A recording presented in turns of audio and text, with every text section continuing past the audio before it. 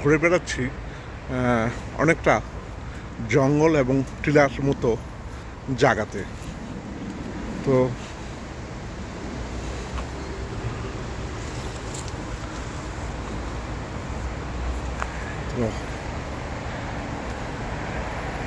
আসলে এটা কিন্তু একটা পাহাড়ি এলাকা, বেশ উঁচু।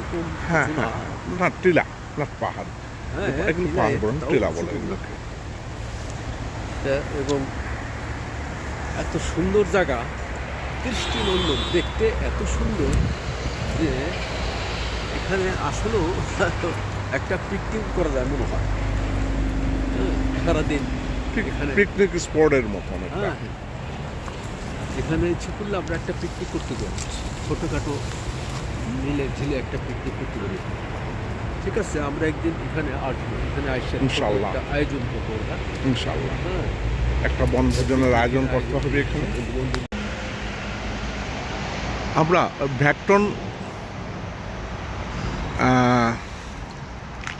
এরিয়াতে একটি পার্কের ভিতরে ঘন জঙ্গল ধরতে পারেন, বলতে পারেন। সেখানে আমরা ঘুরে বেড়াচ্ছি কমান্ডার সাহেবকে নিয়ে।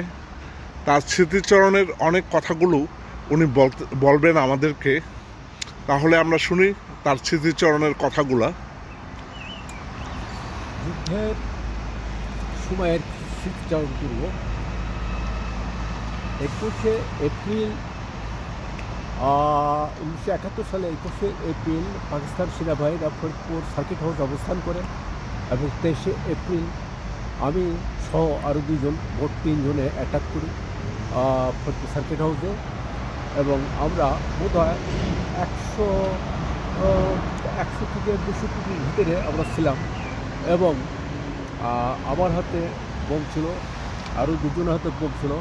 3 জনে সার্কিট হাউসে বোম চার্জ করি। বোম চার্জ করতে সার্কিট হাউসে একটা পাখির ঘর পড়ে যায়, এবং উপরে যে ছাদে আর্মিরা ছিল এটা আমাদের জানা ছিল না আমাদের, কারণ আমরা তখন ট্রেনিং প্রাপ্ত ছিলাম না। আমাদেরকে টানা ব্রাশ করছে।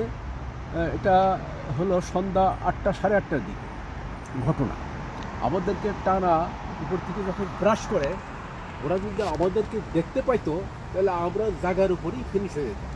ওরা আমাদের দেখতে পায়নি, কারণ তখন ইলেকট্রিসিটি ছিল না, রোডে কোনো লাইন ছিল না। ওই সময় লাইন আমাদের হয়ও নয় ফরিদপুরে, যে পরিপ্রেক্ষিতে আমরা ওই যাত্রায় বেঁচে গিয়েছি।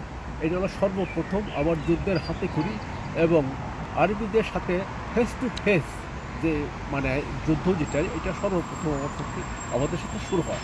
তারপর আরও অনেক ঘটনা হচ্ছে, বিভিন্ন জায়গায় ক্যাম্প করেছি আমি নিজে হাতে, বিভিন্ন জায়গায় ক্যাম্পে আমি অবস্থান করছি, বিভিন্ন জায়গা তাদের প্রশিক্ষণ দেওয়ার ব্যবস্থা করছি।